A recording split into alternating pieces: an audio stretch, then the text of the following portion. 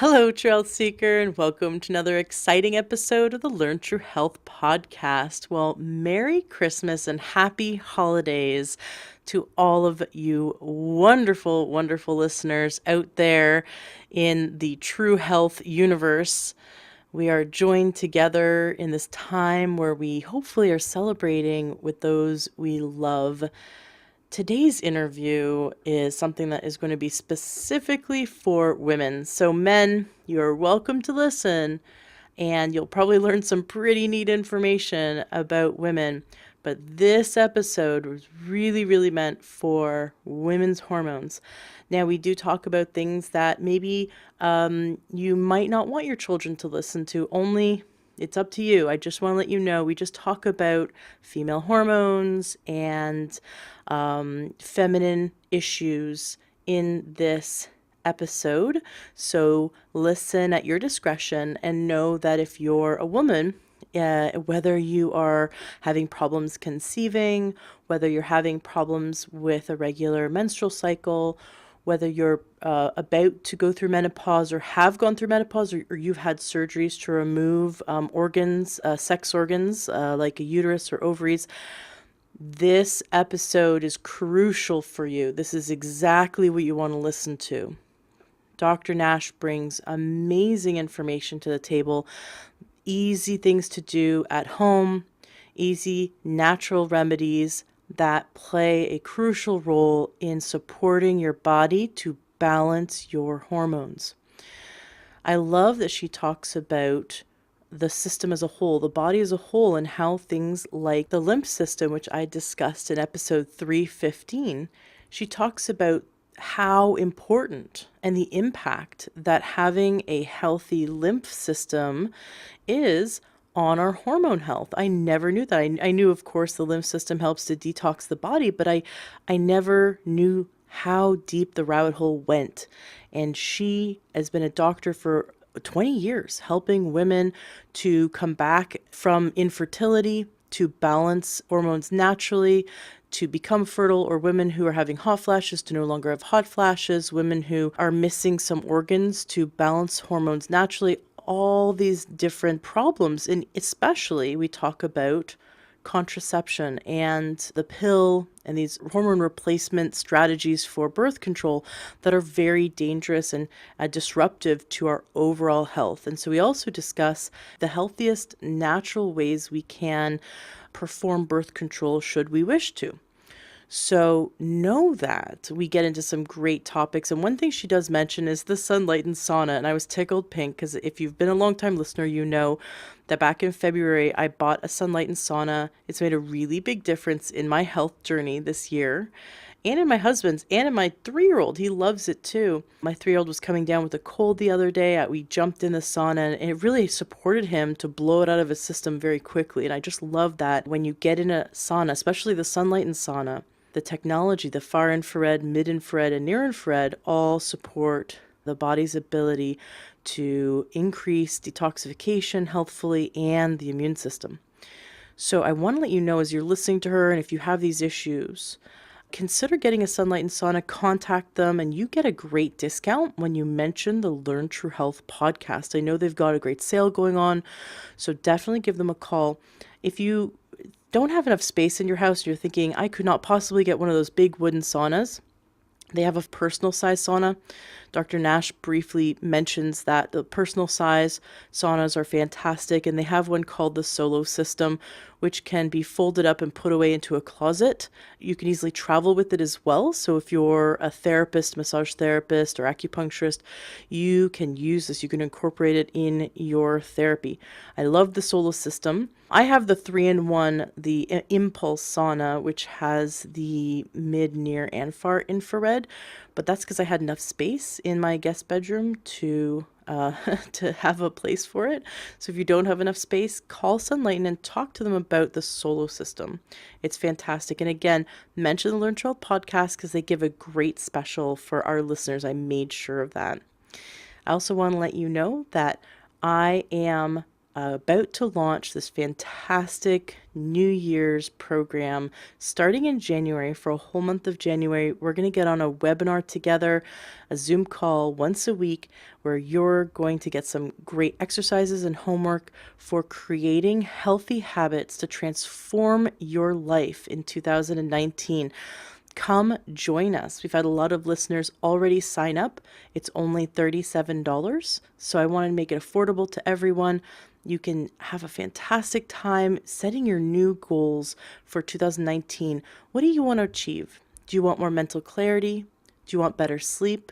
Do you want more energy? Do you want to shift your diet? Do you want to shift something in your lifestyle? What do you want to achieve in 2019? Just imagine a year from now. Imagine, how do you want to feel in your body and in your own skin? How do you want to feel a year from now? We can achieve that together. So if you have weight loss goals, or you have fitness goals, or you just want to feel more vibrance in your life, come take our wonderful program. It starts in early January. And if you're worried you can't make it to the live training, no worries at all. You're going to have access to all the webinars, whether you can make it live or not. I'm going to start sending out homework at the beginning of January. So you'll definitely want to join before January. All you have to do is go to learntruehealth.com/yes. That's learntruehealth.com/yes. Yes, you want to sign up and join our fantastic and fun transformation. Let's let January be the month that we set our new goals and learn how to create health habits that stick. Awesome. I can't wait to see you in my program in January. It's going to be a ton of fun. So that's learntruehealth.com/yes. One last thing I want to let you know about. If you've been listening to me and you're interested in becoming a health coach, if you've heard my other episodes with health coaches, or you heard myself talk about IIN, the Institute for Integrative Nutrition, just know that you can sign up and become a health coach starting in January. You can sign up now. The program, they're having a big sale right now, the Institute for Integrative Nutrition. Just go ahead and Google IIN, or Google the Institute for Integrative Nutrition. Give them a call. Talk to them about joining. They have a no interest payment plan, which that's what I did, and I thought that was really great. It's affordable, and it means that you can start in January. So by the time next January rolls around, you will be a certified health coach. It's a lot of fun. It's a great program. So I highly recommend checking it out. And again, mention my name, mention the Learn to Health podcast, so you get the big discount. Excellent. Enjoy today's interview. Happy holidays. Thank you so much for being a listener. And please share this episode with the women in your life who want to learn how to balance their hormones healthfully and naturally. Enjoy. Welcome to the Learn True Health podcast. I'm your host, Ashley James. This is episode 317. I am so excited for today's guest. We have with us my favorite type of doctor. Everyone knows naturopaths are my absolute creme de la creme favorite holistic health expert to go to. We have Dr. Ginger Nash on the show, and she is an expert in balancing hormones healthfully, naturally, especially pre, post, and during menopause. She is going to bring to the table so much awesome information about contraception, the pill. And I mean, I can't even say it. It's so bad. And all the, all the things, the myths that we were raised to think about our body and hormones, and how wonderful it is that Ginger spent over 20 years as a naturopath helping women to heal their body and heal complex, hormone issues, and bring their body back into balance with natural medicine, lifestyle, and food. Welcome to the show. Thank you so much, Ashley. I'm really excited to be here as well. Absolutely. Well, I would just love to hear your story. Can you take us back to the 90s? What happened in your life? Do we have that much time? Yeah, I'd love to know. I did live the dream of the 90s. I was in Portland, Oregon. That's where I went to school, to now NUNM, but it was NCNM back in the day, National College of Naturopathic Medicine. And I just am so tickled every time I see the show Portlandia and that opening song, the dream of the 90s. I was like, wait, I was there. Was it like that? Was it the dream of the 90s in Portland? Yeah, my journey to naturopathic medicine actually started out with a background in the history of medicine. So I felt fortunate to come to this work through my work of looking at the way, historians have talked about the body and the way that there's different competing models of understanding health and physiology. Because when you go to naturopathic medical school, you really have some, sort of trials that you have to get through. And it's not the easiest profession to make a success out of, sadly, because I agree with you. And it was great to hear your introduction. I think naturopathic doctors are amazing and we need more of us. And I want to see all of us succeed because our medicine is so important. But coming in from a history of medicine background, I didn't have that sense of insecurity that I saw a lot of other people kind of struggle with because, we're kind of the stepchild, if you will, of medicine. And, some folks probably wanted to go to regular medical school and didn't get in, or that wasn't, their true calling was naturopathic medicine. So I was always interested in issues around women's health, even when I was studying history. And I took an amazing class on the brain that I will never forget, which really opened my eyes to how much we don't know about the human body and the way we heal and the way we get sick. And so I just came to the profession with such a deep respect for the mysteries of the body and the complexity of the body. And I think that really works well for a naturopathic philosophy because we aren't the doctors who pretend like, hey, we know everything. And we admit that we learn so much from our patients and there's always more to learn and always more to explore. And, for me personally, it took a major health crisis to knock me off that path of being an academic historian. And I had a major abdominal surgery, and this was back in the 90s, as you say. So it was not the time of mandatory health insurance. I was a graduate student. I was broke. I didn't have health insurance. And I was growing a 30-centimeter ovarian cyst that was destroying my ovary and my fallopian tube. I was having irregular cycles. I had been on oral contraceptives for 6 or 7 years, came off about a year before this crisis erupted, and it was certainly in part caused by my use of the pill. Anyway, I managed to get my way to UCSD Medical Center and get this surgery. And the day I was released from the hospital when I was 25 years old, I had the only epiphany I've really ever had in my life. I was laying in bed that night. I had been in the hospital for 8 days.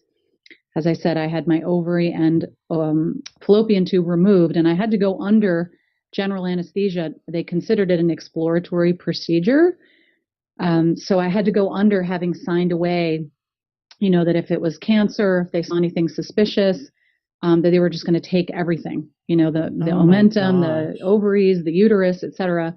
So when I woke up, I was so happy to hear from the post-op nurse that, I'd only lost one of my ovaries and that my uterus, I'll never forget the word she used, was pristine. Um, and I got out of the hospital. Who doesn't want, what girl doesn't want to hear her uterus is pristine, right? So I got out of the hospital on my 25th birthday. I'm laying in bed at home that night. I have 27 staples in my abdomen from my belly button down to my pubic bone. And I just said, you know what? I am going to go to naturopathic medical school. I love history. I love studying history, but I really want to be a doctor. And I was working as a research assistant for a professor at San Diego State, Susan Califf, and I was helping her research a book she was writing about naturopathic medicine and specifically about nature cure and women's health. And the next day, called up, got the brochures from the college. Again, this was back before, everything was through email, and I I applied right away and just threw myself into the study of medicine.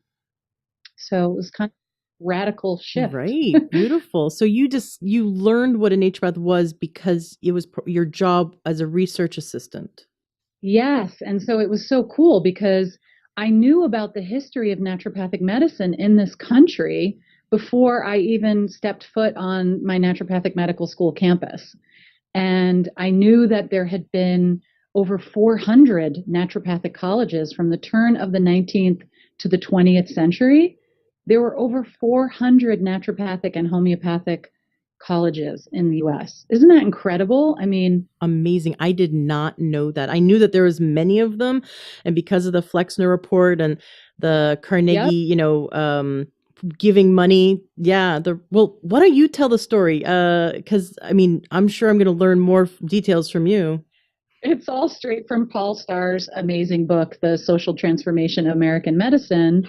And you're absolutely right. It was in 1910. The Flexner report was released, and it delegitimized everything that was called sectarian medicine. So everything that wasn't allopathy, which, a lot of people don't even know that what we just call medicine actually had a name. It was allopathic medicine. It was, against medicine, not homeopathy, which is with, but it was, trying to stop processes in the body and trying to shift natural processes in the body, which has its place. Do not get me wrong. I should have said at the outset, I am not a zealot and I am not an MD, and MDs have their place and their role. And, many of them are amazing diagnosticians and whatnot, but they just don't have the kind of therapeutic training that naturopathic doctors do. So I work with medical doctors all the time, but it's not necessarily on the treatment end of things that we see eye to eye. Anyhow, so yes, in 1910, this report was published, and then there was the rise of the AMA, the American Medical Association, and they determined who was a legitimate doctor, who could call themselves doctor or physician, and who could not. And we're still living with the legacy of that, right? I mean, naturopathic doctors are not even licensed in every state. I mean, you're in Washington, which is like the Mecca. hub of the hub of naturopathic medicine.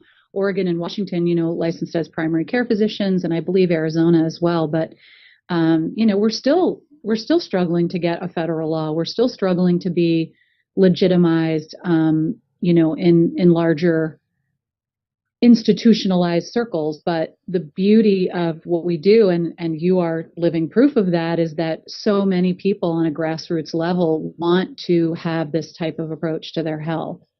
And I love the name of your podcast, by the way, No, Learn thank True you. Health.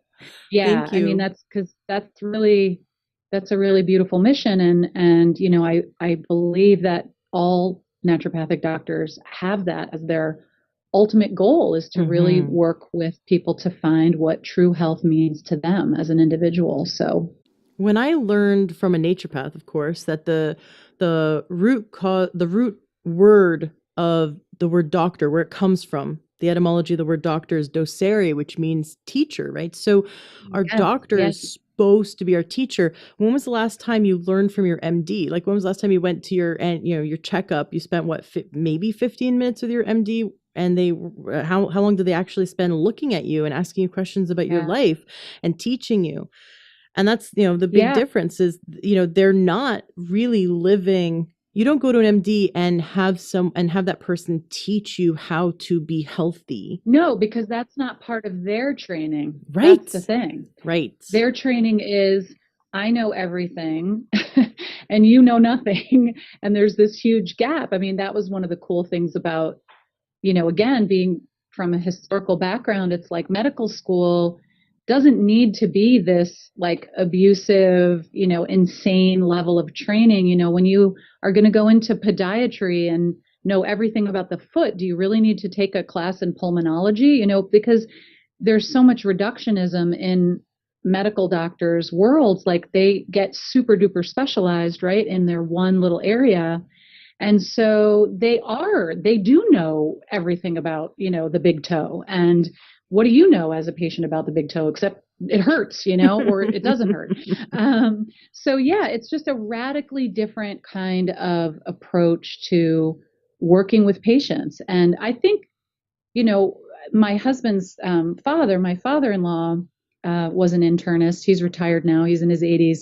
But my husband noticed very quickly that when he got to know me and how I work, that his dad and I really see eye to eye on a lot more. Old time physicians were really more what he calls like relationship based medicine, where you did get to know your patients. You saw your patients over hopefully a lifetime, and it's just not, the whole medical system is just not set up that way. So doctors, I'm sure, don't even feel like they don't have the time to teach their patients anything. I'm sure there's a lot of them that would love to, right? Right. But yeah, it's just not the setup that we have. So this is why naturopathic doctors are so important in terms of um, really helping people with complex issues that involve various parts of the body and various organ systems, and we're the people that try to put it all together. Yeah, I wanted you to illustrate what's the difference between going to an MD and an ND, medical doctor, and a naturopathic physician, naturopathic doctor. Um, we've talked about it a little bit on the show before, but in your experience, when should someone see a naturopath, and what should they see a naturopath for, and where does naturopathic medicine really shine?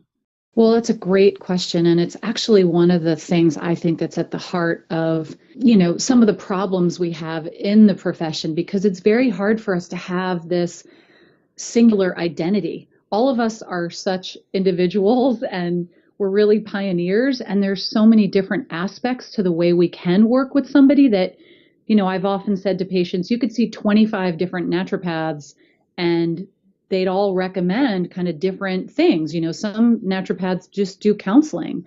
Some naturopaths do neurofeedback, to balance the brain waves. Some naturopaths do stem cell injections. Some naturopaths do biotherapeutic drainage, which is part of my practice. Some people just do nutrition. Some naturopaths don't even believe homeopathy should be part of our education. So there's really such a wide spectrum, but I would say the simplest thing one can say about when to see a naturopath is if you've got a chronic disease that you don't want to be told you just need to keep taking this drug for the rest of your life in order to manage the symptoms, and you really want to get to the root cause and to the things that are driving whatever process it is in your body that's causing this chronic disease process. A lot of times that's inflammation and things that lead to heart disease or arthritis, or it could be migraines, or just chronic disease that is not going to be addressed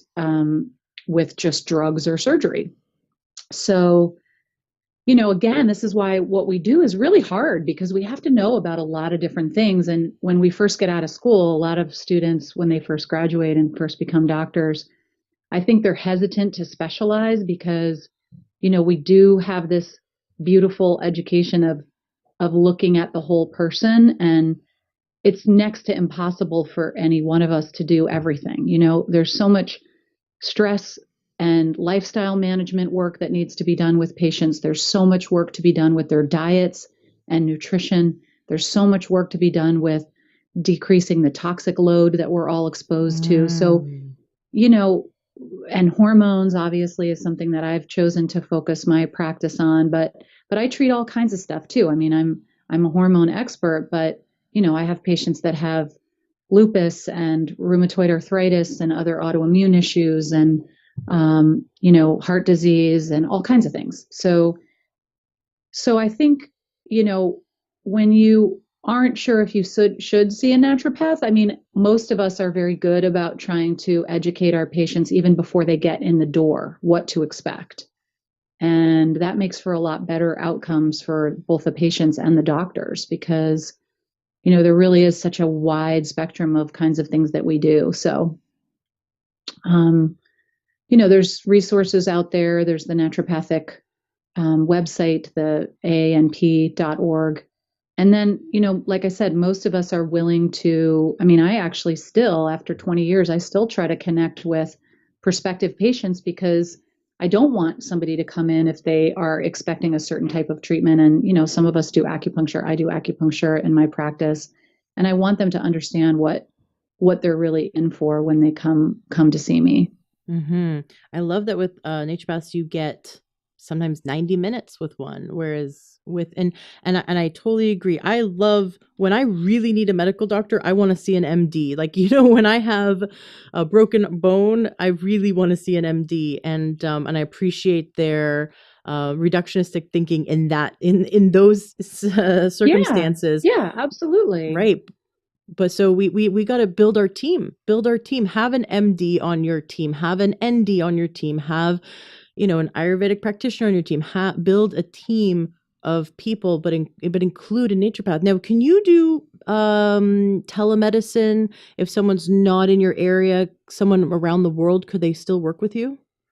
Yeah, I do that. I mean, there's certainly limitations in what I can do, but I do see, actually, I see quite a bit of patients that are long distance. Like I have patients in Europe, I have patients in Canada. I'm located in New Haven, Connecticut, but I have patients really all around the country. And it's one of the reasons I moved my office into my home last year because I've found that about 50% of my practice is telemedicine. And, I'll work with, and this is again back to that idea that you just said with the team, I'll work with local practitioners of different types and get that support for the person based on whatever is, body work and fascial work if that's necessary. And certainly if chronic pain is an issue and they need hands on treatment of some kind, we'll work together to find the right person for them. But as you know, Ashley, a lot of people, they don't even know what's out there. They don't know what's available. They don't know what types of things they can get support around. And I actually love that when I can work with somebody who's open to, working with other adjunctive treatments. And that happens regularly in my practice for sure. We can't Wonderful. do it all. Right. But and the fact that, yeah, you outsource and you show them that now's the time to go to the myofascial expert and now's the time to go to Right. you know, the chiropractor. So you're introducing your patients to their potentially new team members that are going to Yeah. help And you know them. what? Sometimes it's like, you know what? You just need to learn to meditate. And then that's all. And then I never see the patient again. That's happened to me like 4 times. It's great. I love it. It's funny because I just spoke to my meditation teacher today, who I've referred these people to. And, we just chatted about how each of them were doing. And all 4 of them that I've referred in the last, I would say, 2 years, I haven't seen them again.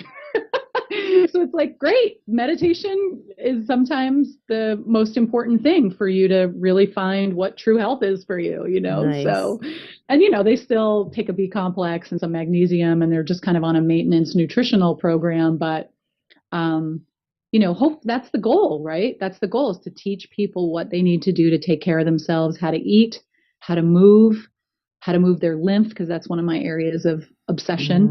Mm. And then they can really hopefully only have to see me, maybe quarterly when they're still, dealing with some chronic health issues, but eventually it's like, hey, let's talk once a year.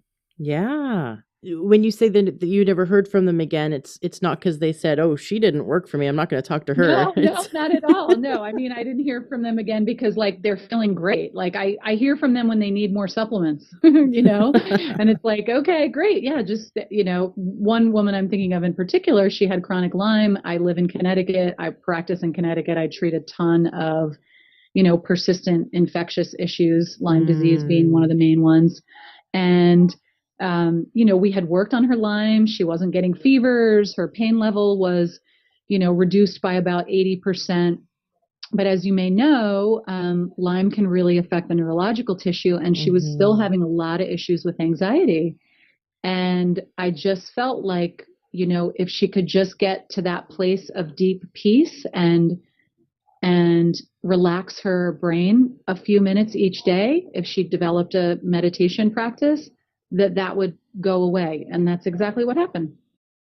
Love it. I I love love it. that you saw exactly what you thought she needed, and that's the key. Sometimes it just takes one little tweak. So Yeah. it's Yeah. beautiful. And that's a cool thing I love doing with people's diets too. And I know you're interested in nutrition, and your listeners, I'm sure, are interested in whole foods based diets and all of that. And, there's a lot more specific nutritional information that hopefully most all of our naturopathic doctors can impart, but that's something I love to do too, is like, okay, great, you're eating pretty clean, but are you doing this? Are you doing that? Are you getting enough berries in your diet? Are you eating enough protein? Are you eating enough healthy fats? There's lots and lots of tweaks we could make nutritionally that can have tremendous benefit on a person's health. Awesome. You mentioned you love the lymph system and moving it, that you're Yeah. passionate about it. Why? Can you tell us, like, for those who don't even know, like, why is it so important? Like, doesn't lymph just move on its own? Yeah, it's the waste system of the body. So if you think about the fact that we all have this tremendous exposure to the thousands and thousands of chemicals that are pumped into our environment on a daily basis, and all the research shows that we have, like each of us in the breast milk, in our tissues, in our Mm. blood, residues of pharmaceuticals, of toxins, of pesticides, of plastics, et cetera, et cetera. The lymph system is what has to be working adequately in order for us to eliminate toxins. I mean, it is the system that picks up the toxins after they exit the cell and move it around the body. And ultimately, you don't want to get it stuck in other parts of the body, but dump it into the gut so that you can eliminate it.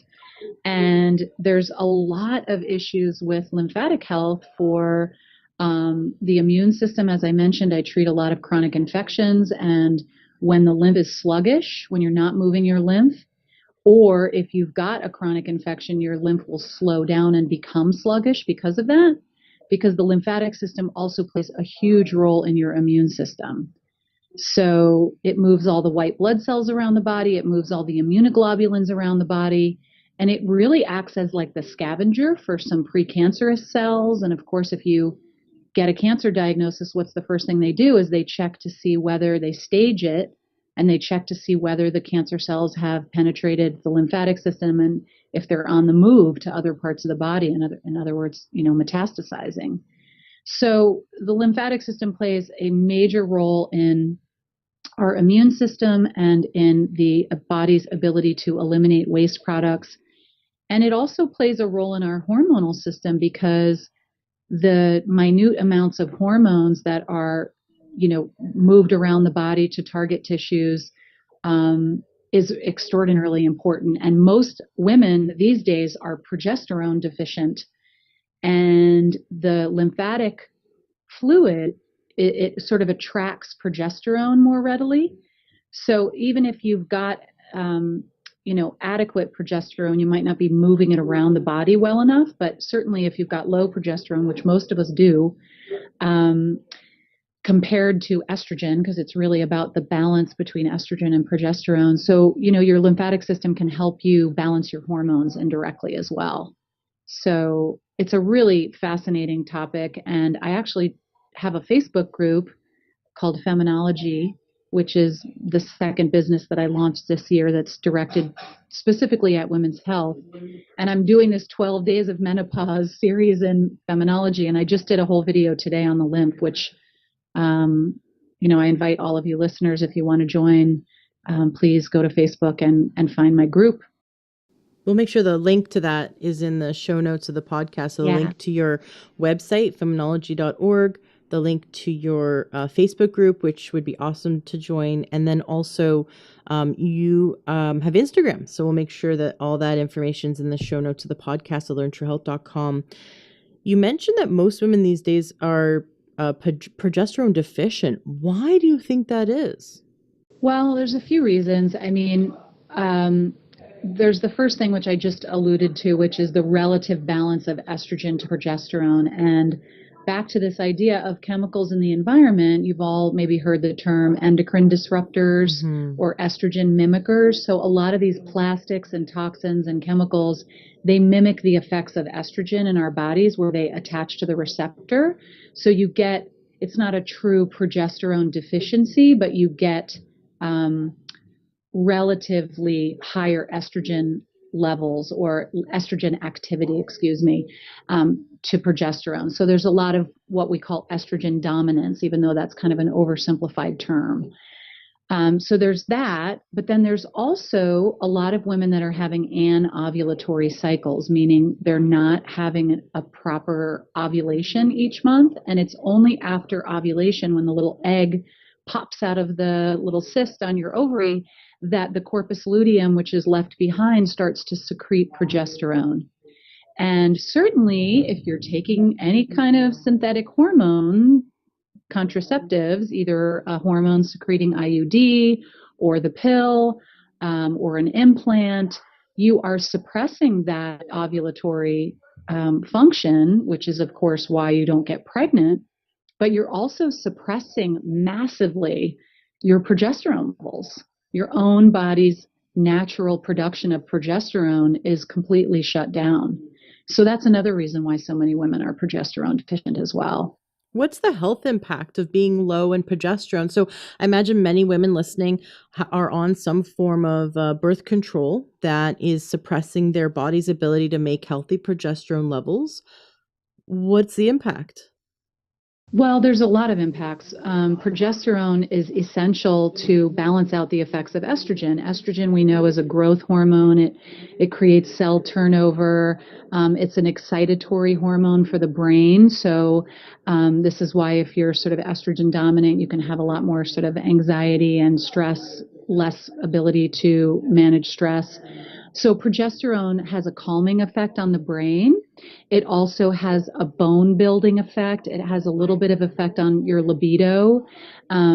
It's also got an effect on your whole sort of symphony of the female lunar cycle, of the monthly cycle. I mean, to me, Ashley, it's almost hard to answer that question because it's like, well, I mean, I don't want to sound like a cuckoo person, but if you're suppressing that natural monthly rhythm, you're kind of suppressing your relationship with yourself in a very deep way, because it's my deeply held belief that, these hormonal fluctuations, although they can make us feel a little out of balance and off kilter, it really does connect us with our bodies in a very deep way, in our minds. So to me, that's the real deep tragedy of hormonal birth control drugs, is that it doesn't only create nutrient depletions and suppression of various methylation functions, which are so important for healthy cell turnover and all kinds of biochemical stuff that I could tell you about. But on a very, very esoteric level, it suppresses the woman's ability to really kind of be in touch with herself in a certain way. And one of the women that works with me in feminology, she's my virtual assistant, actually. She said this thing to me that was just so profound. And she's not a doctor, she's just a very wise woman. And she said, I've noticed, Ginger, that all of my friends who are on the pill make really bad decisions in their relationships. And I was Oh, like, wow, that's really fascinating. And I have not been on the birth control pill since I was 23, 24, and I'm now 50. But yeah, a lot of women are just on it for years and years and years. And I have so many patients that tell me how they feel like it's really robbed them of a lot of understanding of themselves, which is really sad. I don't mean to make anybody feel bad. And there's ways to manage, not getting pregnant, especially people listening that are health nuts and really interested in taking good care of themselves. There's so many ways to manage not having an unwanted pregnancy and manage, heavy periods and irregular periods and all the kinds of things that women are just told, carte blanche, like, oh, just go on the pill. It's going to regulate your cycles. Well, that's not true. It's not regulating anything. It's just giving you a fake period. And some women like the implants because they don't ever want to get a period. So, you mm, know, and that's every woman's right? I'm not trying to say like, sure. hey, you're not a real woman if you're not getting a period. I don't ascribe to that sort of view, but I do think part of my work in feminology, and certainly my partner, Dr. Nyack, as well, we really believe like, we want to embrace this aspect of who we are as women. And we don't want people to suffer, and we don't want you to be miserable. We don't want you to fear your period. But there's got to be a better way than just suppressing that entire natural rhythm, in our opinion. And that's what we want to help women find. Deep stuff. Yeah. No, I really what I love that you brought this up, that it has a mental and emotional health connection, that by being on some form of birth control that's hijacking our hormone system, our very Yeah. very complex rhythm, that it does affect us emotionally, affects us mentally, so we are not 100% who we are. We're not ourselves. But can you go into, and I think that's the most important point, but just to really drive the point home, I've heard that many of the birth controls out there have, even just the pill has heavy metals in it. I've never heard about what you said about the impact on methylation. Can you talk a little bit about that? Well, that's kind of a leap that I've made, and I've lectured about this for some years now. But when I started to do all the research on exactly what nutrients were being depleted by using these hormonal contraceptives, I don't even like to call them hormones, right? Because they're certainly not bioidentical hormones, which is another topic altogether that we'll have to do a second conversation if you want me I back. would love that. But these synthetic drugs, they've known for years that they deplete, B12, folic acid. That's why women who are taking the pill, hopefully at least they're getting the very basic advice that if you're taking the pill, you should be taking certain B vitamins that are depleted by the use of the pill, because that can make your cervix more susceptible to cervical cancer, right? So Mm. when I started, as I said, doing research, looking at all the nutrients that are depleted, magnesium and B12 and folic acid and tyrosine and all these other things that are crucial for proper methylation in the body. And what methylation is, adding that methyl group to the DNA so that the cell can make proper copies of itself. And ultimately, it's anti inflammatory and anti cancer. I mean, methylation changes as we age, and this is why cancers happen more in the elderly, um, because the cell's ability to make good copies of itself, the DNA gets distorted and twisted, and then we can have more mutations erupt, right? So, Mm. so I think it's because of the nutrient depletions that the body isn't methylating. And this is why one of the major, major side effects of taking hormonal contraceptives, and one of the reasons why over 50% of women stop within the first year, is because they end up with depression or anxiety or, like you said, mental health issues. So that's directly related, right? I mean, with all the focus on methylation in the last few years and epigenetics and on all those methylation pathways, that has a huge effect on your ability to make proper levels of neurotransmitters and affect your mental health. So there's absolutely a connection between oral contraceptives and these synthetic hormones on a woman's mental health. No question. So women get on birth control for a few reasons. One of them, let's just talk about the main one, which is, like you said, to prevent an unwanted pregnancy. What healthy ways could they do that? Great question. So I actually just saw one of my colleagues who's doing a lot of work in this area too, and she's been at it a long time, Laura Bryden. She had a great Instagram post today. So if you're not following her already, I would suggest checking her out. And she had a post, healthy ways of natural birth control. I was like, this is great. It's just so straightforward. And like, there's apps now, there's Daisy, there's so many. This is where technology is really our friend. Yes. There's so many great apps that you can track your cycles. And Mm-hmm. again, if you're 16 and you're just becoming sexually active and you're really not going to be responsible enough and you really can't imagine getting pregnant and having that be a good thing in your life, okay, take the pill if it's like the last option. But if you're a grown woman taking better care of herself, you should be able to track your cycles. You should be able to know when you're ovulating, when you're fertile.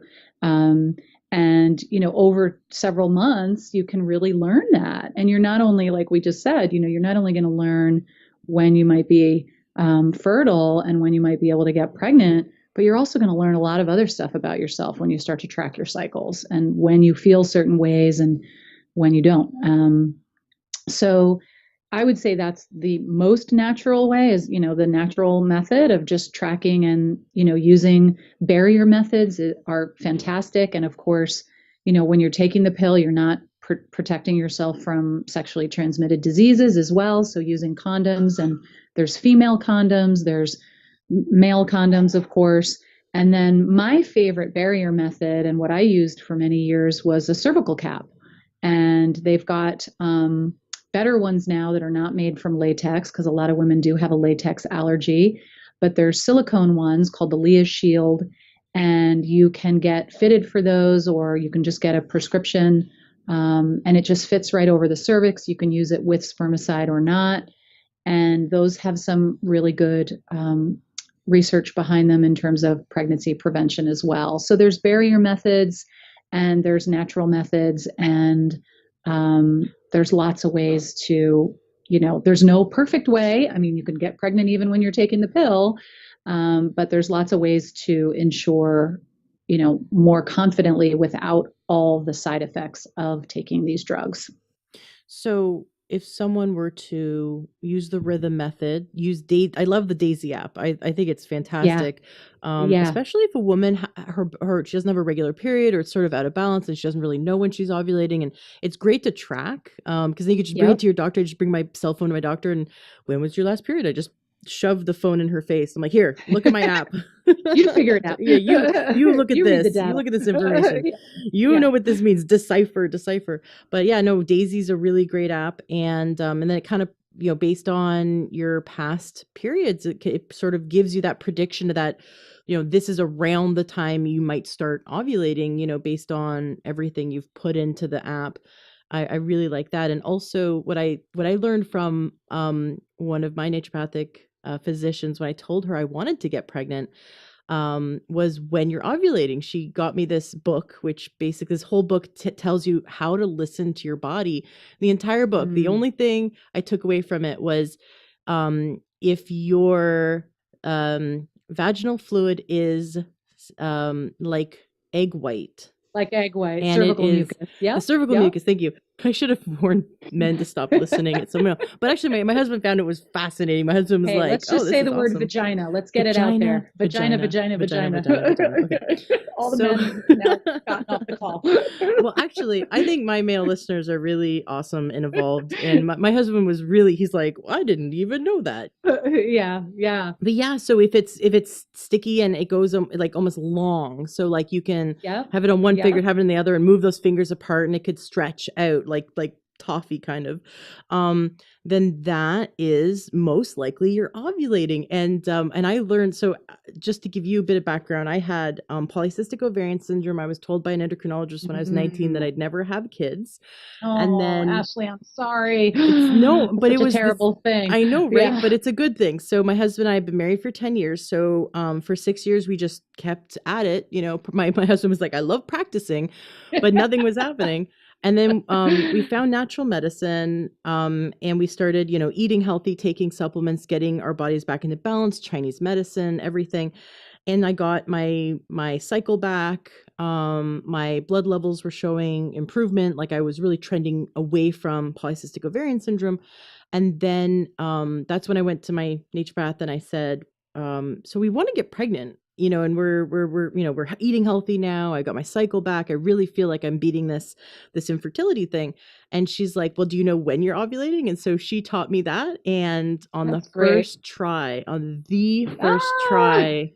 was like, hey, I know what this fluid looks all like. That practice, you All and that your husband did. You practice. guys got really good at it. We got really good at it. On the first try, we got pregnant, and it's super healthy pregnancy, super healthy baby. But that's what natural medicine and using food as medicine, using supplements when needed, and all that is. So basically, it's really good to do things like understand what you're your vaginal fluids mean. Yeah, and that's absolutely. And just knowing your body, that's such a great point. And I wanted to mention too to the listeners, like I told my story of losing an ovary and a fallopian tube Mm, when I was 25. And I did have a lot of adhesions and repercussions after the surgery. But when mm, I was ready to get pregnant, I didn't get it on the first try, but the second month. The second month I nice. tried. Yeah. So, for those of you that have had abdominal surgery and have lost an ovary, don't be concerned because ovarian cysts are so common. There's really very, very little change in fertility rates, even if you just have one ovary. Oh, that's good. That's good to know. So in terms of natural birth control, Yep. someone could do the rhythm method, look at pay attention to their vaginal fluids. They could use a condom, a male condom, female condom, or cervical cap, some spermicide, and all those, combined would be more effective than only using the pill, and there would be far less side effects. Yeah, there's no side effects. Yeah, and the pill has so many side effects. And again, another sort of philosophical, maybe it's splitting hairs, but they're not even side effects. They are the effects. I Yes. mean, it's not, it's like these are the effects of this drug, Yeah. and it's not hormones. It's not what your body makes. Your body doesn't know what the hell that stuff is, and it has to recycle through your liver about literally 17 times in order for you to get rid of some of the metabolites and to learn how to process basically those hormones. And this is, again, another reason why so many women have issues, with liver, with blood circulation. There's just so many things. PCOS is associated with some of these deficiencies as well. It can contribute to insulin resistance. It lowers testosterone levels and can really affect a woman's libido. I have a whole free guide for those of you, again, that are interested in learning more from me. I have a guide called Pill Damage 12 Things Your Doctor Didn't Tell You About Hormonal Contraceptives. So we'll put that in the show notes too. And you can learn more about it. And then if you sign up and get that, if you sign up on my list and you get that pill guide, 2 days later, you'll get an email that has a whole list of all the natural birth control options. So I'll be sure to send that to you too, Ashley, Great. because you're asking a lot of great questions about that. Excellent. Yeah, we'll make sure that's in the show notes for sure. Okay, so we And how fully old is your kid? Wait, before we Oh, move on, how old so is your he's child? he's going to be 4 in March. Oh, congratulations. That's Thank awesome. you. Yeah, and and of course he has a naturopathic pediatrician, and Awesome. it's really cool to sit down. I mean, he's only ever seen an MD when, like, he broke his arm back in February, and we had to take him to Children's Hospital for a viral infection. I think Mm-hmm. twice, but other than that, he sees MDs when it's emergency medicine. He's seen a pediatric chiropractor since he was 3 months old, and has had acupuncture. Awesome. You said He's had acupuncture? craniosacral, Yeah, yeah. regular visits to the chiropractor. And then what I love about seeing a naturopathic pediatrician is they're looking at all of his vitamin levels, or looking at his diet. They're really making sure it's balanced. Like, the last thing we discussed with our pediatrician was his vitamin A levels, and how it relates to his natural immune system and Unity. Yep. his innate Yep. ability to fight, and so we're using homeoprophylaxis as well, which is a branch of homeopathy that trains the immune system to mount a response to pathogens.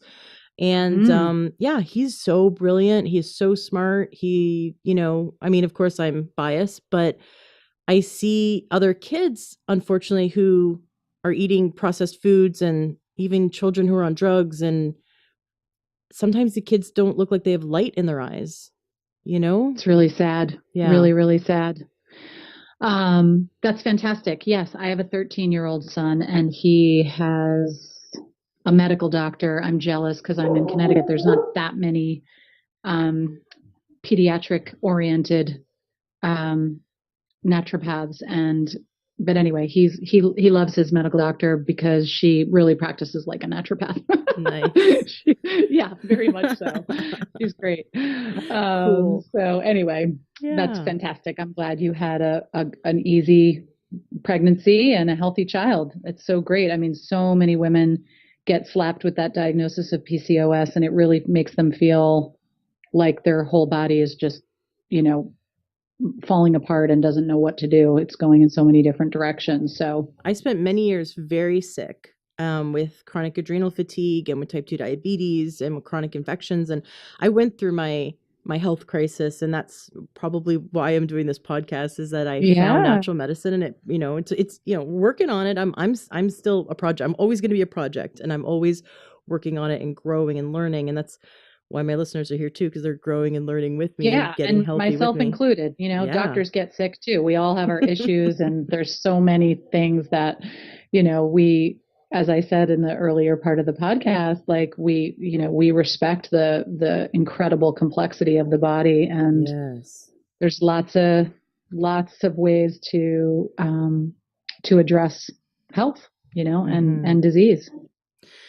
And I like that. You have more I feel like you have more choices in your tool belt. Like when you go to an MD, when I was 19 and I was diagnosed with polycystic ovarian syndrome, the MD put me on the pill because that was the what you did for people who, Mm-hmm. oh, you don't have a period, here, have the pill. Yep. And Yep. it seems so counterintuitive even back then when I was really sort of very unconscious about natural medicine. And luckily, my mom, who was more in tune, when she just found that out, she's like, "No, get off that thing. This isn't going to solve anything. The This is just answer, right. Yeah. right." Yeah.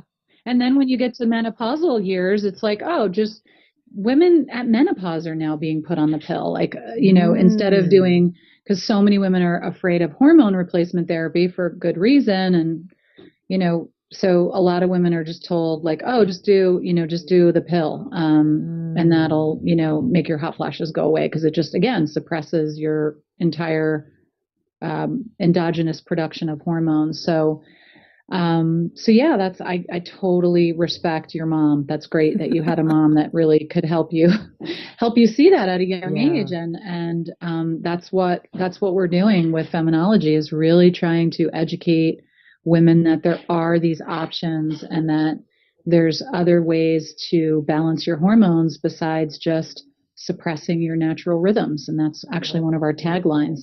Um, you know, that we're here to support you to find your natural rhythms, not suppress them. So, Love it. Now, the yeah. next reason why a woman might be put on the pill is heavy flow. You mentioned, or Yeah. to be put on a form Yep. of hormone, or like you said, you didn't want to call it hormone, but like a Yeah, form no, of birth you can call them control. hormones. It's fine. That's everybody's going to think of them that way anyway. It's So fine. synthetic hormones or some kind of form Yep. of birth control to help a woman who has heavy flow. What Yep. would you say? And of course, I know, right off the bat, everyone's different. Everyone's gonna, maybe that one woman. You have to find out what the cause of the heavy flow is, Right. right? Is it fibroids? Is it estrogen dominance, where you've got just a lot of estrogen relative to progesterone? So you're getting a really thick buildup of the uterine lining every month, and therefore you're having a really heavy bleed. Um, is it adenomyosis, which is a proliferative disorder that occurs for a lot of women around perimenopause? I'm actually treating a couple of women with that right now, very successfully, I might add, without them being put on the pill or getting a hysterectomy. Um, so, you know, you really need to investigate what the root cause of the heavy bleeding is.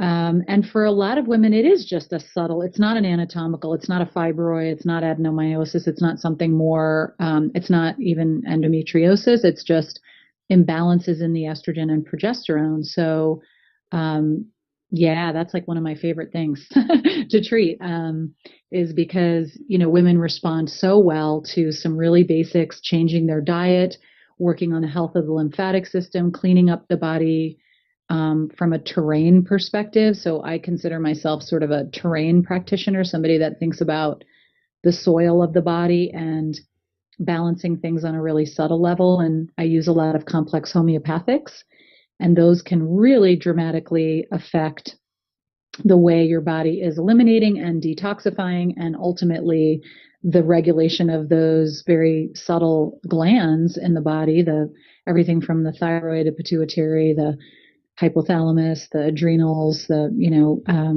pancreas, and really get them to, be secreting hormone levels in adequate amounts and not uh, oversensitizing the whole system with too much hormone stimulation. So Mm. yeah, I treat heavy periods all the time, and then there's some great nutritional things as well. And I'm sure some people have tried using various herbs. Curcumin is really effective for heavy bleeding, and working with, again, dietary issues. What's making you inflamed? What's making you more likely to produce the kinds of estrogens that are going to give you either painful periods or heavy periods versus, not every woman's going to feel like jumping around like they show you in the tampon commercials, but you shouldn't be debilitated by your period. It may not Yeah. be your favorite days of the month. It might be for some women, because if they are able to retreat a little bit and pull into themselves and really take that time to, um, go within a little bit, then it can be a nice time of the month. But yeah, heavy bleeding is a very common occurrence. And but there again, it's like I've had patients who come in who have super heavy bleeding for, 2 weeks. Sometimes I had this one patient a few years back. She was bleeding for like 3 months straight, and they kept putting her on different pills, different pills, different pills. We got to just find the right pill, to try to suppress everything. And it just wasn't working. So some women actually have heavier cycles or more irregular cycles from some of these drugs, depending on the way they're affecting their bodies. So Very interesting. And what did you do? What did you do with her? How did you help her? I did basically what I do with everyone is I changed her diet. I am trained by Dr. Diadamo as well, who's the blood type diet guy. I worked with him. I ran his clinic for 3 years in Wilton, Connecticut. When you say Dr. Diadamo, was that the father or the son? That's the son. Okay. Peter is the son. Yeah. James was the dad who passed away a couple of years ago.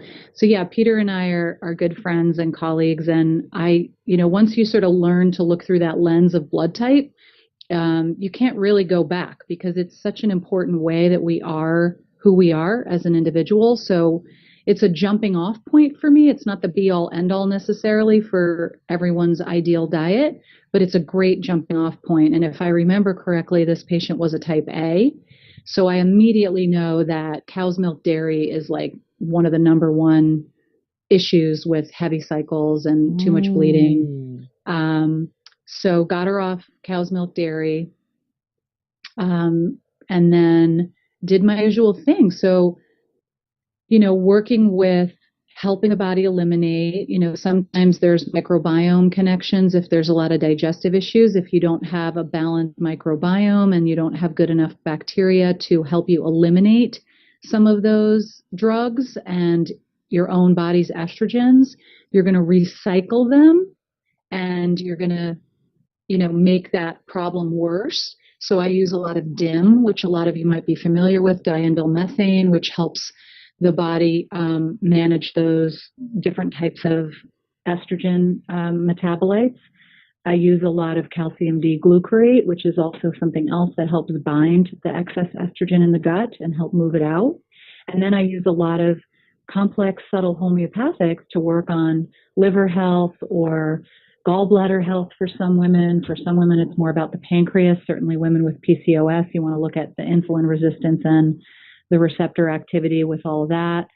So it really depends on the individual, but I'm always looking at diet, clearing the body of toxins, and then eventually working with single homeopathics to balance the hormones. And I use a rotating Menses protocol all the time. My assistant is constantly putting these little pellets into little envelopes that you take once weekly throughout the cycle, and that can really help balance the hormones as well. So the first thing I had to do with this patient, though, she's a young woman. She was only 21, and her mom had her going to this super duper specialist at Yale. And I had to gain her trust that the pill was actually part of what was causing her issues, Mm. not that the pill was going to be her saving grace. And of course, she was anemic, so I was, using certain minerals and Mm-hmm. working on all of that. So minerals are also another huge component of hormonal health. Minerals are all the cofactors for all the biochemical reactions in the body. And so I use a lot of various microminerals, which regulates your thyroid. So sometimes heavy bleeding, I didn't mention this as one of the other main causes. Sometimes heavy bleeds are just a matter of being hypothyroid. And if you go to your regular doctor and all they're doing is your TSH and your TSH is not out of range, or if it's not technically out of range, but they're not actually looking at the T4 levels and the T3 levels, which are the active form of your thyroid hormone and the transport form, you could have a subclinical hypothyroidism happening, and that could be the reason why your bleeds are so heavy. So figuring out the root cause, but a lot of times it is thyroid and a lot of times it is just imbalances in estrogen and progesterone, which between herbal medicine, between homeopathy, and between nutritional medicine and nutritional dietary changes, you can make dramatic changes. And the same is true for perimenopause. I mean, that's one of my other areas that I do a lot of natural balancing without the use of hormone replacement therapy. And it's the same kinds of therapies. You know, each woman is different and needs a different combination of things, but the general broad strokes are the same. You have to work on the diet. You have to work on the body's elimination capacity. You have to work on the liver metabolism. You have to work on the gut health with probiotics and foods that are going to build the beneficial bacteria. And then once you work on all those basics, then you can really get down to the more subtle balancing of hormones. But in my opinion, you're not going to get there by just trying to jump to the hormonal level. And I think that's part of what distinguishes me and the way I practice from a lot of other naturopaths is that I don't use bioidentical hormones either, because I don't want to just replace something. I want to actually try to see what we can do to get the body to balance itself out without just putting something in that it's not making itself. Perfect. I love it. I love that. What about women who don't have ovaries or have had, a Yeah. hysterectomy, at any age? You would ask me that question the other day and or just mention that might be something we touch upon. And I've been thinking about it ever since because it's such a great question. And again, I'm not a zealot. If somebody has already had a full hysterectomy and an oophorectomy and they don't have ovaries and their hormones, maybe some bioidentical replacement for a short amount of time, would be necessary or even advisable. But like I said, Ashley, I really try to work with women to prevent that kind of surgical menopause in the first place, because there are really profound consequences of losing even just your uterus, not even the ovaries, which is of course where most of the estrogen is made and secreted. But the uterus as well. There's a large association with women gaining, up to 30, 40, 50 pounds after a hysterectomy. The uterus does have some secretory effects as well, including progesterone, which again can lead to problems with depression or anxiety or mental health issues with the loss of their uterus. So it's really tough if a woman can't produce enough estrogen from the adrenals and from the fatty tissue that's in the body, and it's the right kind of estrogen, because all estrogen is not created equal. And if you're just doing a blood level of estrogen, you're not really seeing whether it's the more pro-inflammatory kind of estrogen that you don't want, or if it's good, healthy estrogen that your body needs for bone health and brain health and heart health and all of that, good stuff that comes from estrogen, because it is not a dangerous hormone, of course. So, it may be the case where a woman does absolutely need some bioidentical hormone replacement, but, that should eventually be weaned off of, because obviously women aren't meant to have these levels of hormones into advanced age. So it really, again, depends on the individual, but I certainly do my best. And, a lot of times it's patients coming to me saying, I don't want to have a hysterectomy. I don't want to have my ovary removed, and I've definitely treated women with ovarian cysts and gotten those to go away without them losing their ovary. And I wish, of course, I had known about naturopathic medicine long before my hormonal troubles began. because I certainly wouldn't want anybody to go through what I went through. I mean, it was really post-surgically when I had years of adhesions in my abdomen that, caused tremendous pain. Hmm. Um, so yeah, I mean, there's a lot of ways to try to address this. But that is one of the more challenging types of patient, I would say, is somebody who has gone right into surgical menopause and their estrogen levels have gone from, 100 to 0 overnight. And they can have some wicked, wicked hot flashes, night sweats, real problems with temperature dysregulation. And that's all coming from the brain, too. Again, it's that symphony of the hormones. It's like the hypothalamus and the pituitary and the ovaries and the adrenals and the thyroid. They're all talking to each other. So it's really, important to look at this whole endocrine system as a mobile, and that when any one organ or gland is removed, we've really got to see what else to.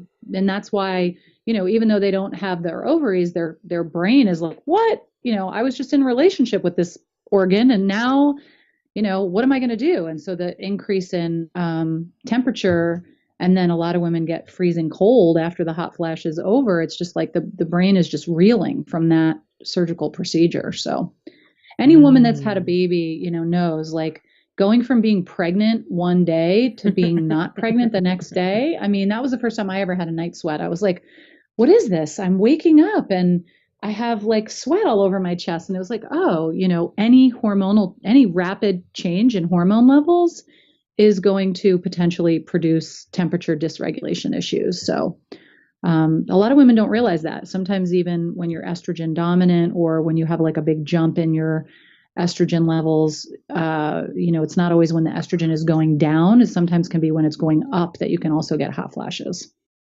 Oh, very interesting. Um, yeah, so there's so many ways to help women who have heavy flow. What about irregular cycles? Many women are put on the pill because of an irregular cycle. How would we address that?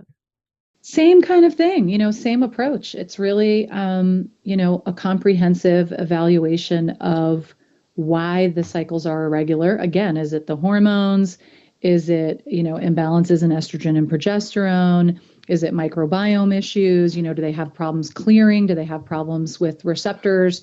So it really depends on, what the root cause is, but the approach is oftentimes the same, and sometimes, improper or irregular sleep patterns might be the reason for a woman's cycle to be off, or irregular uh, uh, sleeping, and, somebody that's sedentary, not exercising, or somebody that's, over exercising, compulsive exerciser, or an athlete that is, not having enough of that proper regulation of not getting enough protein or not getting enough fat or not getting enough calories to actually produce a proper ovulatory cycle. So there's lots of reasons for women to have irregular periods. Definitely. Mm. And you talked a little bit about that there's not just one estrogen. I think the lay person believes that there's one estrogen, but as the title estrogen is actually a catch-all for like a bunch of different estrogen hormones. And so can you talk a Mm-hmm. little bit about that? Like how is your testing different from seeing a different kind of doctor, like just going to a regular medical doctor? How is your lab testing different? What are you looking for in terms of the estrogens? Yeah, that's a great question. So I've started using Dutch tests, which I don't know if you're familiar with that company, but it's a dried urine test, and it's a comprehensive hormone test that will look at not just the levels of E1, E2, E3, which are the three main estrogens, estrone, estradiol, and estriol, but it looks at all the estrogen metabolites. And that is what is really crucial in terms of understanding how estrogen is going to either positively or negatively affect this whole hormonal cascade. And of course, the testing also looks at progesterone and progesterone metabolites. It also looks at testosterone. And then it also looks at all of the stress hormones. So it looks at cortisol and cortisone metabolites, which is fantastic because that really helps us understand more about what's called the HPA axis, the hypothalamic pituitary axis, adrenal axis. So how your body is managing stress. And then I really love this test because it also includes, I think it's 6 organic acids, which are urinary metabolites that reflect certain nutrients and neurotransmitter levels. So you can not only find out what's going on with your estrogen, your progesterone, your testosterone, but also dopamine, norepi, and epinephrine, which is now what used to be called adrenaline. And then your levels of B12 and B6, which is also really important because a lot of people get tested, even if they think that, oh, great, I'm going to a, more enlightened medical doctor or a functional medicine person that is testing the blood for B12 levels, but that is not reflective of what's in the tissues. So it's going to look at your B vitamin levels, and it also tells you this Dutch test, and it's just dutchtest.com if you want to go to their website and check it out. It also tells you your methylation status. So it tells you, and I'll never forget the moment when I opened my own results, which I just did. I just started using these tests about 18 months ago. They're relatively new on the market. But I'll never forget that moment where I was like, the first thing I'm looking at is my methylation status, because the way I eat and everything I do, if my methylation status is low, I'm just going to be like, okay, I don't know anything, forget it. And thank goodness it was like really high. I was like, okay, good. I'm methylating properly. I'm doing all the right things with my diet and my supplementation and my, approach to my health, because that is so critical as we age, especially. So it's a really cool test. And again, I think a lot of naturopathic doctors might be using this kind of evaluation as well, but then maybe their approach to treatment would be to use bioidentical progesterone, for example, whereas I'm trying to work at things a little bit more subtly without the use of hormones. Yeah, I really like your approach. It's going to take longer, but the end result is now you have a woman's body doing what it's supposed to do healthfully on its own.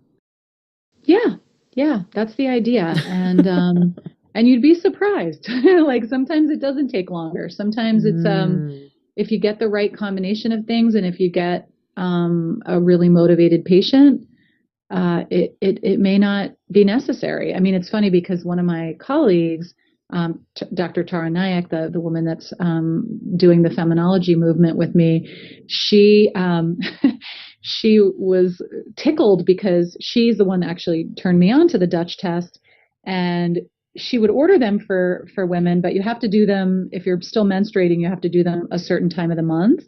And so sometimes it can take you like a month to get the results back because the person has to wait until between day 19 and 22 to do the test, and then they have to send it in, and then it takes about 10 days to turn the test results around. So Dr. Tara was sharing with me that she was running these Dutch tests on people, but then she was treating them with some of the same ways that I've mentioned on this interview.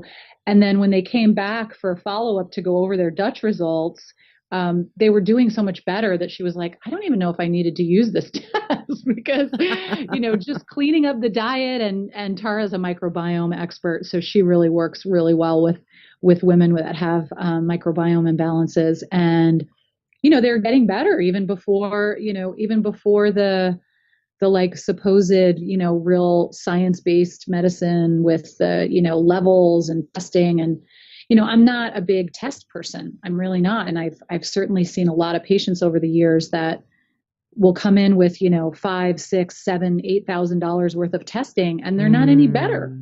It's like all this information, all this data, and where has it gotten them?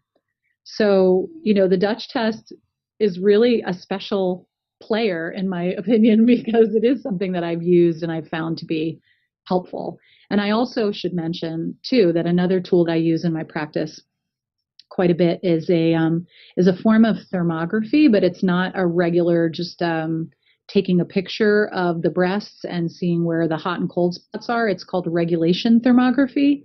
So we measure actually 120 acupuncture points before and after a cold stress period where the patient stands in a 70-degree room just in their undies, and their skin is exposed to this air temperature.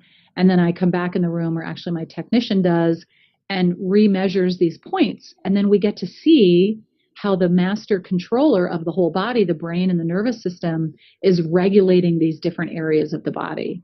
So that's another reason how I got really interested in the lymph, because there's no blood test for lymph. But this regulation thermography evaluation really, really shows me a beautiful picture of what's going on with a person's lymphatic system, where it might be inflamed, where it might be sluggish, where we need to focus our work. So if someone's thermography results come back colder, that means that their lymph is sluggish? Good question. So it's a little bit more detailed than we probably can do on this call because I need a visual. But no, because there's different ways the body can regulate. So when the patient is standing in the room, what's supposed to happen is the body goes into a little bit of a stress mode, a survival mode, where the blood and the lymph is supposed to be circulated to the brain, the head, and the thyroid gland. So when you remeasure the points, it's possible that the points in the head could get colder, which they're not supposed to do. They're supposed to get warmer. So that would be paradoxical regulation. Or the points could get warmer in the body where they're supposed to get cooler. And that can lead you to think that the person has a problem with inflammation in certain areas.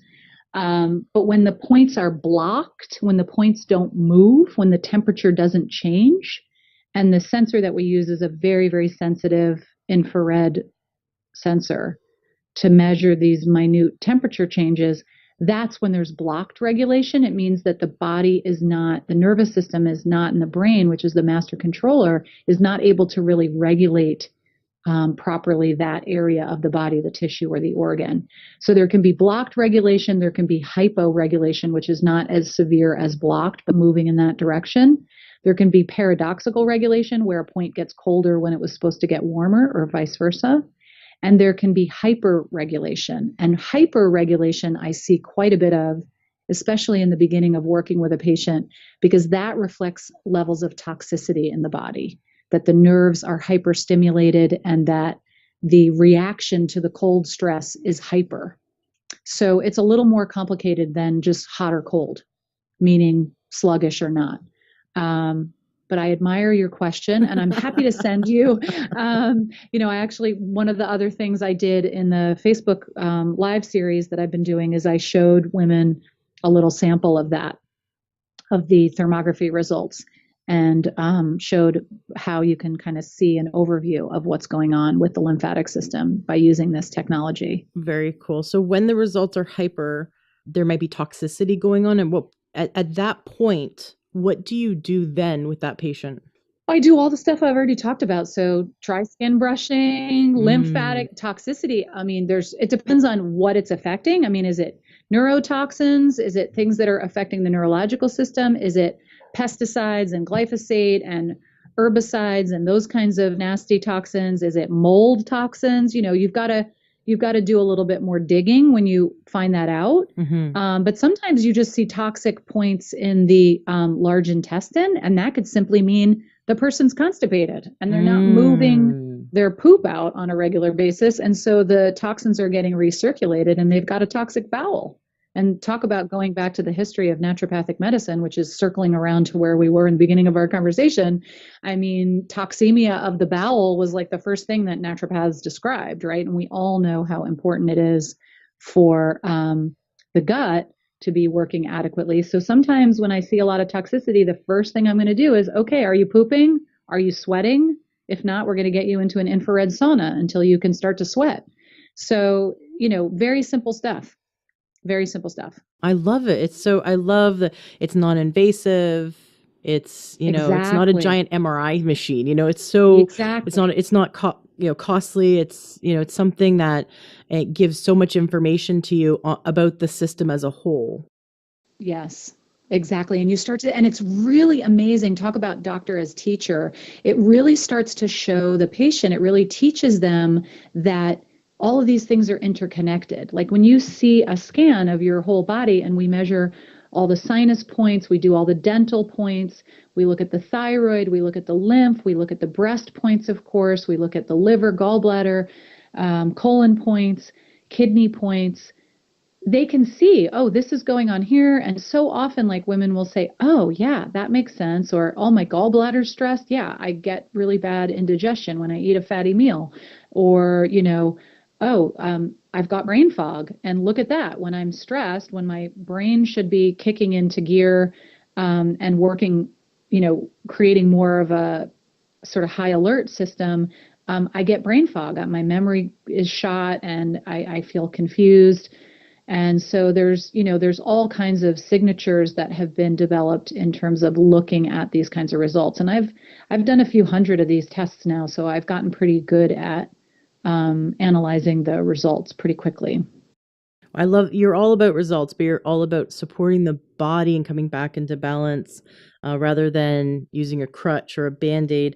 You keep mentioning lymph, so I definitely want to touch on this. You talked about doing dry brushing. You talked about Mhm. jumping in a sauna. Is there a particular brand of sauna that you recommend, like a home sauna, or can they just go to the gym and use any sauna, or are there certain saunas that are better than others? Yeah, regular saunas, you can't see me, but I'm doing air quotes. Regular saunas are just going to really open up the surface of the skin. The infrared saunas are the ones that penetrate into the subcutaneous fat layer and really upregulate a lot of things on the cellular level, these heat shock proteins that are going to help really clean up some of the misfolded proteins in your cells and really get at a much deeper level and get some of those toxins in the fatty tissue mobilized. So I would highly recommend infrared saunas. There's a lot of good brands out there. Sunlighten is one of the bigger ones. And, a lot of spas are now offering infrared series of treatments, medical spas. And then there are home portable ones. I have one of those myself, and I go through phases of using it a lot and not using it so much. It can be a good investment for people. Also, another really great way to move lymph, besides your exercise routine is rebounding. So jumping on a little mini trampoline. And there was some excellent research that came out a few years back about the reduction in breast cancer occurrence with 5 minutes a day on a rebounder, which is just awesome. And I'm sure that's related to moving the lymph. And then I use a lot of really specialized lymphatic treatments that are complex homeopathics. I've just started using a lymph flow cream that my colleague and friend, Dr. Christine Schaffner, Yeah. turned me on to. She works at Sophia Health. You may be familiar with Dr. Klinghardt and Yes. Sophia Health in Seattle. So Christine is a dear friend and a brilliant doctor as well. And I've just started using it, so I'm not going to pretend like I've seen great results yet, but I'm hopeful about it. I also use topical phytolacca oil. I'll use certain essential oils to move lymph. I've got a whole lecture in my menopause program that I run for women about the lymph and all the different ways you can help support it. Very cool. Yeah. Christine Schaffner, love her. I live about 10 minutes away from the Sophia Institute. Oh, you do? I've Oh, had that's her on the great. show, and I've had Dr. Diedrich Klinghardt on the show as well. And I Great. visited the Sophia Institute and learned a bunch from them. And it's so much So fun to I'm have going to them in be my backyard. Yeah, I'm going to be out there in March hanging out with them. Oh, So maybe let's we'll do get a chance to tea. have a cup of tea. Yeah, let's do it. Totally, totally. Okay, I good. would love Ashley, I would that. love that. That'd be so Yeah, great. Awesome. All right, yeah. it's a date. Tell us about your program. Tell us about so can they go to feminology.org to purchase your menopause program? Yeah, I believe the program is on the site, and if it's not, it should be. I just launched this new website, It looks so beautiful. thank you, thank you. Yeah, I mean, you can find if you go to my website and you get on my email list. Yes, you will definitely get information. I'm relaunching it starting in January. Again, I've done it a few times already, and I love to launch it around. Part of the program, you get 3 seasonal cleanses over the course of a year. So the first one is the post-holiday cleanse, which I do in January. And then there's a spring cleanse in spring and a fall cleanse, which is a lung cleanse in October.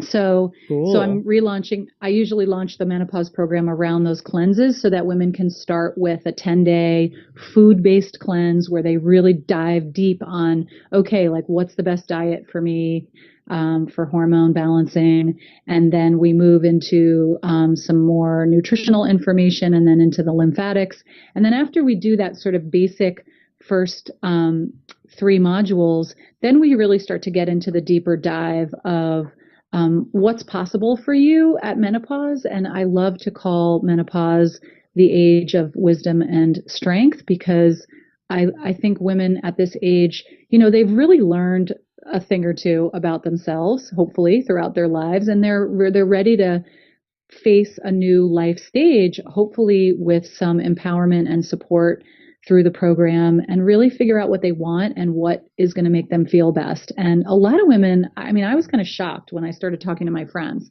As I said, I'm 50, I turned 50 this year, and I have a lot of really highly educated friends, and they were like totally clueless about what to expect with menopause. So, I've been in the world of natural medicine for so long, I just kind of assumed that everybody knows it's not like, you're going to fall apart. But no, my friends were like really worried, like that they were going to just dry up and blow away Right. if they didn't do hormones, so that was part of my impetus for creating the program, was to really help empower women to realize that this can be an awesome time where you really learn like what's important to you, what you can let go of, after you've come to a place of, greater health through some of these more basic aspects of things like, diet and nutrition, which isn't very basic at all, I should say.